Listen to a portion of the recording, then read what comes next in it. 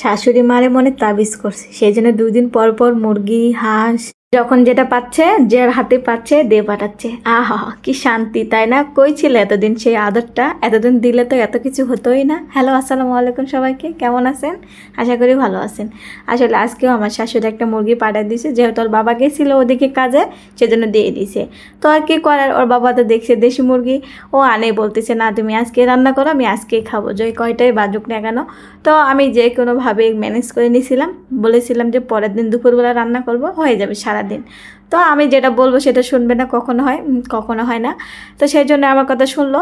পরের দিন আমি মুরগি নিয়ে লেগে পড়েছি যুদ্ধে, মহাযুদ্ধে। আসলে আমার শাশুড়ি এমনই একটা মানুষ যে সব কাজ সুন্দরভাবে করতে পারে না, চেহারায় শুধু সুন্দর। কী আর করবো, আমি কালো মানুষ তো, এই জন্য একটু পরিষ্কার বেশি।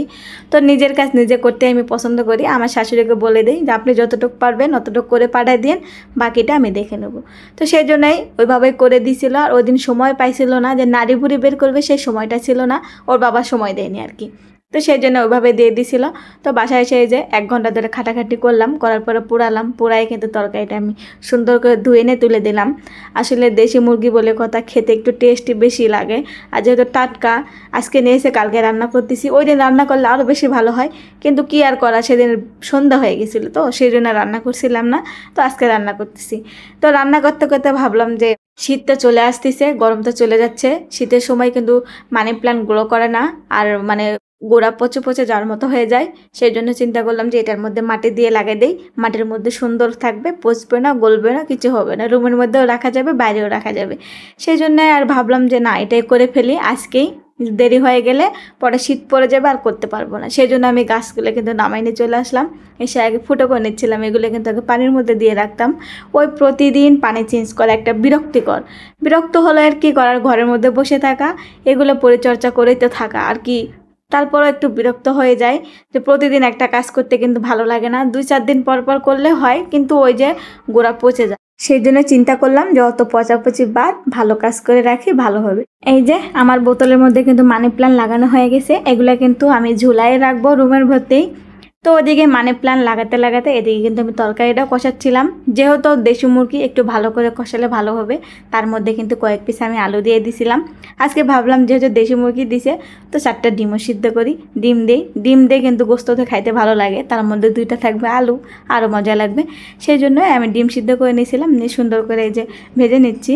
ভেজে নিয়ে কিন্তু যখন ঝোল দিব তখন কিন্তু দিব, এছাড়া আগে দিব না। এদিকে কিন্তু আমি তরকারিটাও কষাচ্ছিলাম, আর ওদিকে ওই চুলার মধ্যে ওটাও লাড়তেছিলাম যে দুটাই হয়ে যাক, তাড়াতাড়ি হয়ে যাবে।